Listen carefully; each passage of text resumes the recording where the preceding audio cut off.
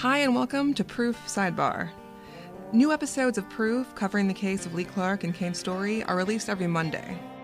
But sometimes on Thursdays, you'll see mini episodes like this one, Sidebars. It's a chance for us to answer listener questions about the cases we cover on Proof and talk about things going on behind the scenes, as well as other true crime topics. I'm here this week with Jacinda Davis and Kevin Fitzpatrick of Red Marble Media, as well as Dan Whitrock, a.k.a. Dan the Cameraman.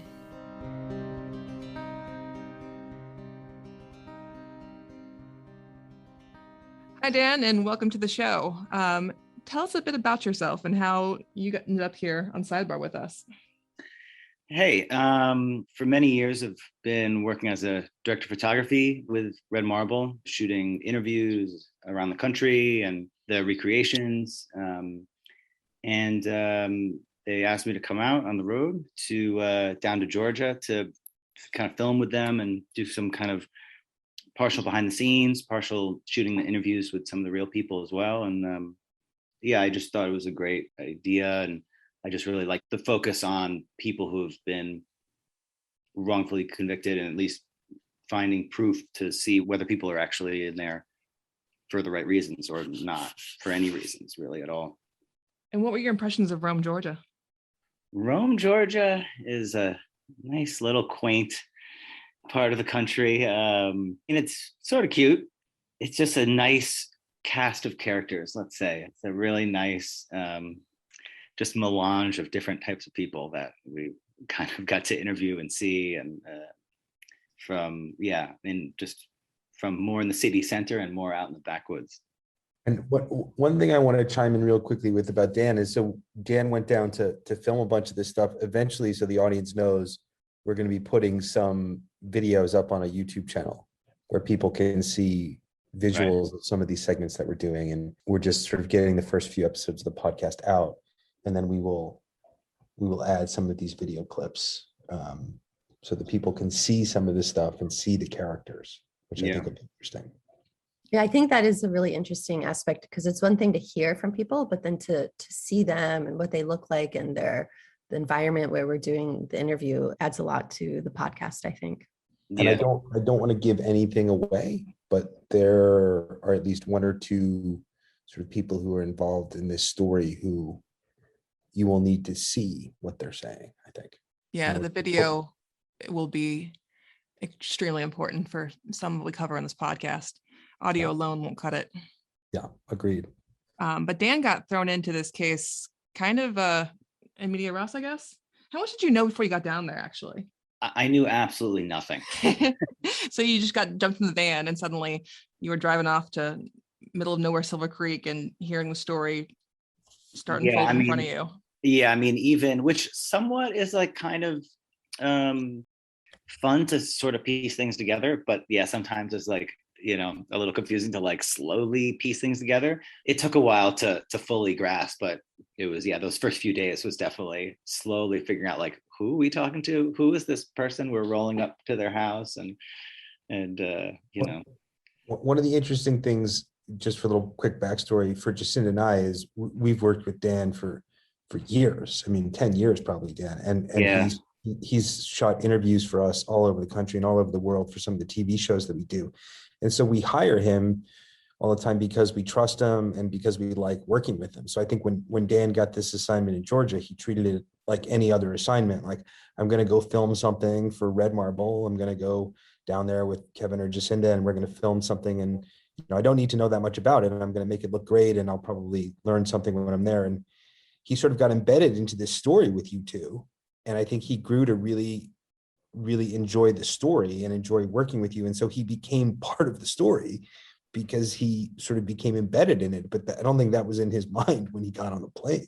You didn't know that you'd have mics running 24/7 and your every conversation being recorded. I didn't realize that on the show. You were just behind the camera. Yeah, I did not realize that. Yeah. When I was like, oh, no one will ever hear me. No one will ever see me. And now look at you, Dan. And now. Yeah, I mean, I got the phone call. I don't know. I guess I had already left the first trip and I got like a call from Jacinda or something saying, so Dan's in the show now. like, okay. Well, it's hard. I mean, we talked about this a little bit on the first sidebar, but when you're done filming an interview or recording an interview and we all get back in the van, you have to talk about it. There's so much to unpack from these interviews. That just became a natural thing that we'd all start talking about it. And some of the best moments are during those conversations. Yeah. Dan had sort of rigged the entire car with cameras and microphones so that all of those conversations could be documented. And it was really interesting. And you also have to remember that you're constantly being recorded.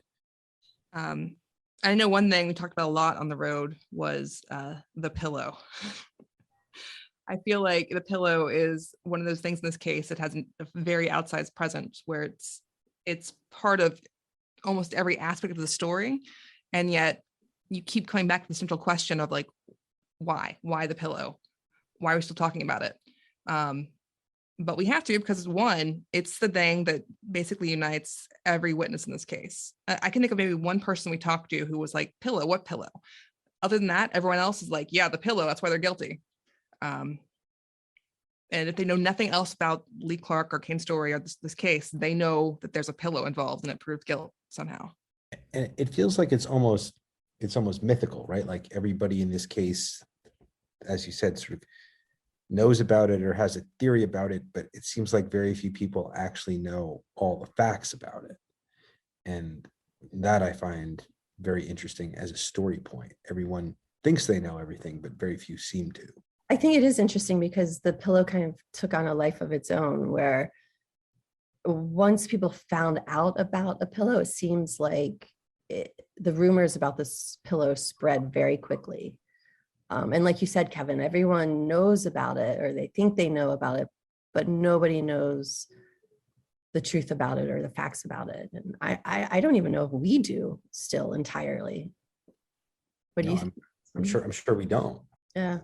I think one of the things that stood out to me is Amanda and Kenneth, who both have pretty good memories about that night. They of course, it's not perfect memory, but they have very different memories about the pillow. Amanda remembers that there was a hole in the pillow, and Kenneth says, no, there was no hole. It was more like wrapped around the gun. And I found that interesting because, they have been together for 25 years now, and they were both there that night, and even their memories of it differ. I remember when we were interviewing Kenneth, and Amanda had said that they didn't hear the gunshot go off, and Kenneth had said he didn't hear the gunshot go off. And I just sort of didn't buy that. And then when Kenneth explained later how the pillow would have been wrapped around the gun in his mind that was bent, then I started to understand that maybe he was using it to muffle the sound, or someone was using it to muffle the sound. And that was sort of a big moment in my head, like, oh, well, there could be some murder thing going on here, because why would you cover the gun like that? The thing is, if it was covered, because the thing is, Angela Bruce is the exact opposite in what she says Lee specifically said at that party, which is the pillow was over Brian's head, or at least in front of the gun. Yeah, she does say the pillow is placed over Brian's head, which, yeah, it's a couch cushion. It's not. I'm still a bit confused about what is meant by that. But it does mean that if Angela Bruce's story, which is the one that ties Lee there, specifically claiming this specific thing of putting the pillow over his head, it does mean the pillow has to, due to forensics, when they look at that, has to have a hole through it. If you've shot in the head through the pillow, there should be a hole in that pillow that goes straight through. Yeah. There should in theory then be fabric inside the entry room, I would imagine. Yeah.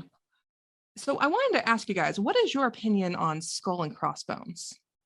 I don't think anything of it. I think kids like to draw skulls and crossbones and pirates, and I don't know. I don't think of it as anything other than what it is.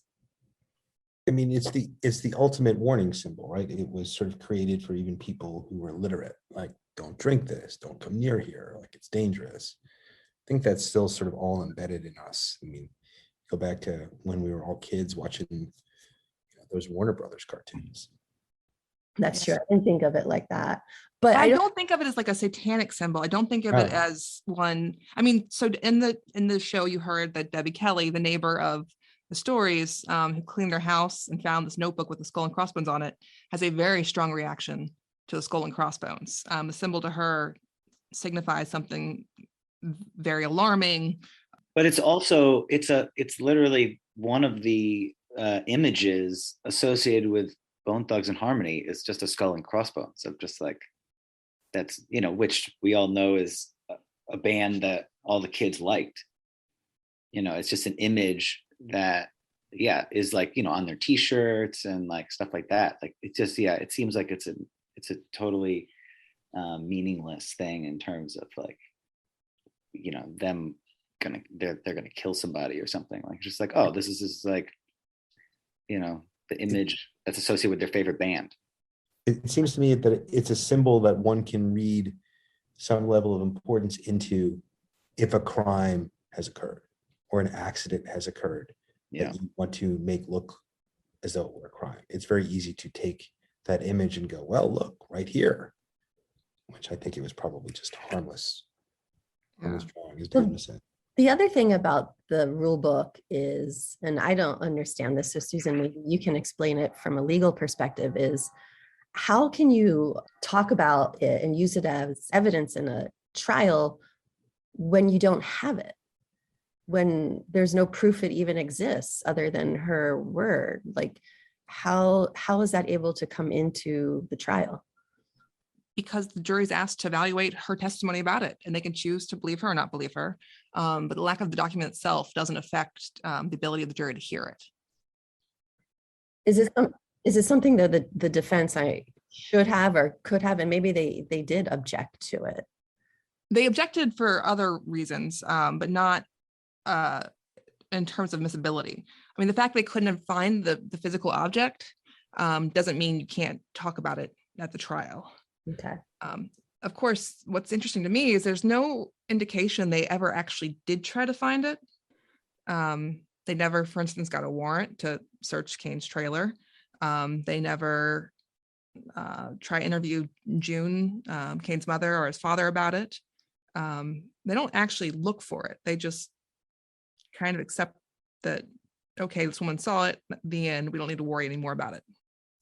And then we didn't hear from him this episode, but we talked about Charlie Childers and his brother Wayne Childers, who were probably I want to say pivotal witness in this case, at least for Lee. For Kane, there's obviously more evidence about his involvement because he was there that night. He was in the room. There's no question that he was there when it happened. But for Lee, it's a different story. The evidence that he was there that night basically comes from Charlie Childers, 7 months after Brian's death.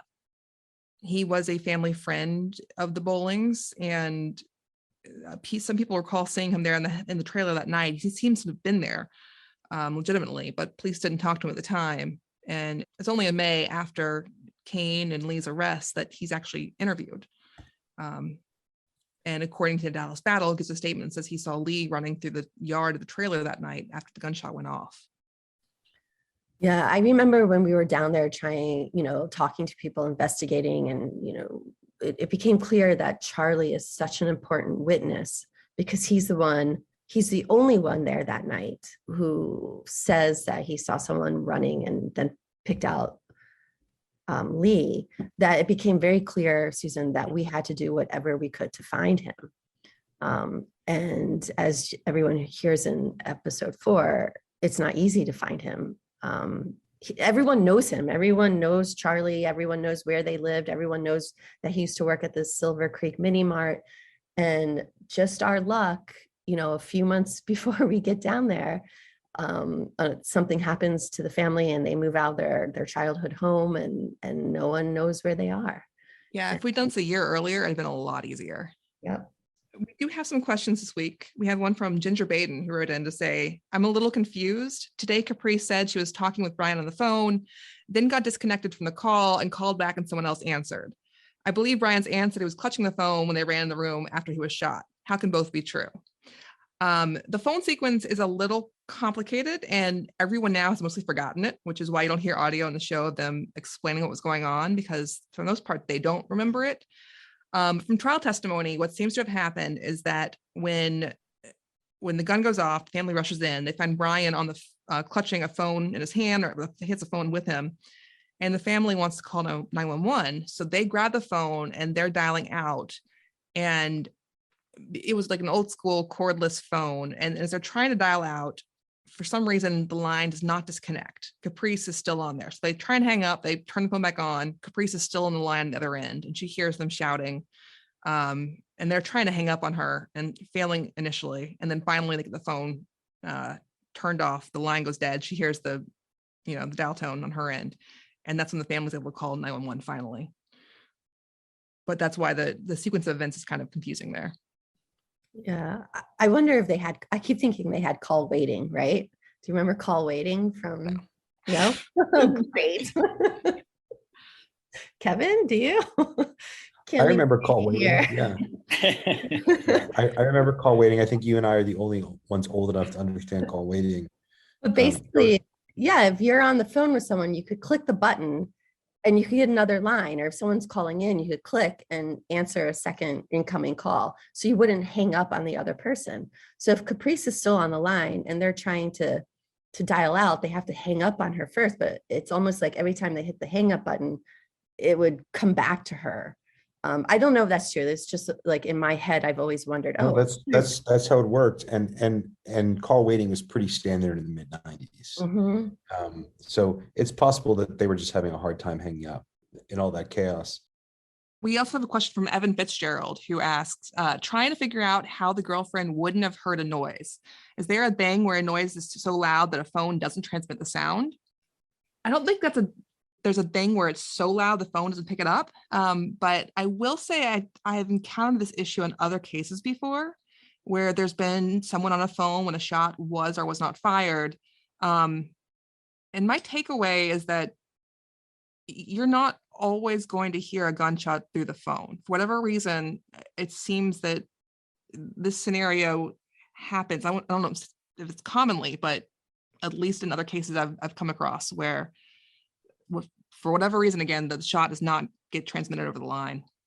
Well, I'm not a sound technician in any way, but I do think that it's reasonable to assume that if whatever sort of sound range one of those receivers has, or the phone handset has, that if it's so loud or they're a sound level that isn't sort of picked up by that particular microphone, I think that's possible. Or it sounds just like something else other than a gunshot. Well, I've always wondered too, because the people in the trailer though also say they didn't hear a gunshot. Right, that's true. Well, they heard a noise. They heard a very loud something. Which they did not register as a gunshot, but they heard something. But I don't know that gunshots are necessarily recognizable as a gunshot if you're not familiar with what it sounds like, right? Yeah. But if you're not expecting it and it's out of the blue, would you automatically say, oh, that was a gunshot? Or would you say, oh, what was that noise? I don't know. So no solid answer there, but what we do know is that Caprice, the phone was connected to her phone when the shot went off. There's testimony that when the family came in, they saw the light in the phone was still on. They could hear Caprice on the other end saying, like, what's going on? What's going on? So they could hear her and she could hear them. So the line was connected when the shot went off. Whatever else happened, yeah. One of the things I find really fascinating about this episode is you guys have captured and laid out the people who are essentially the witnesses in the story, right, in this one episode.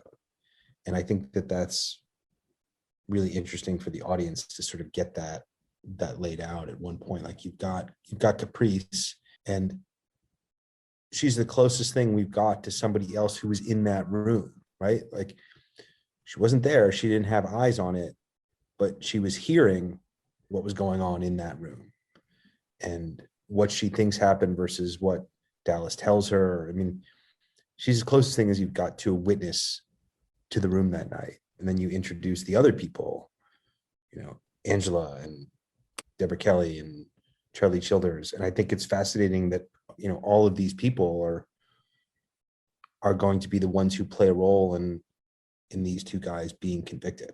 Yeah, outside of Brian's family, Caprice, Angela Bruce, Charlie Childers, and Debbie Kelly are the sort of main fact witnesses in this case.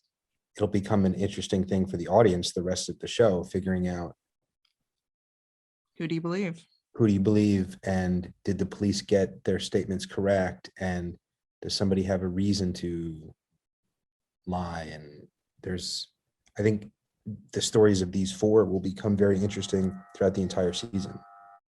So Kevin, you're right. I mean, Caprice is the only other person who could hear what was going on in that room other than Kane.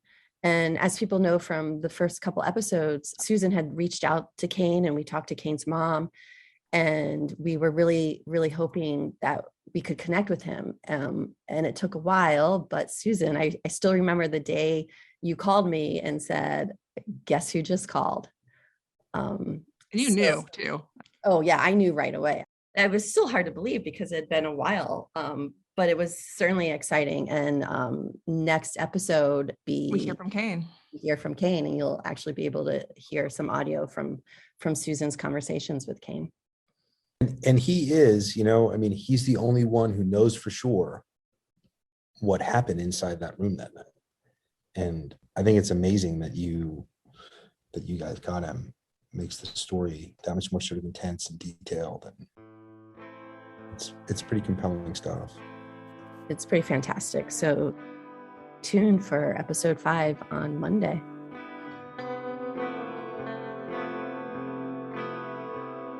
Thanks for listening to this episode of Proof Sidebar.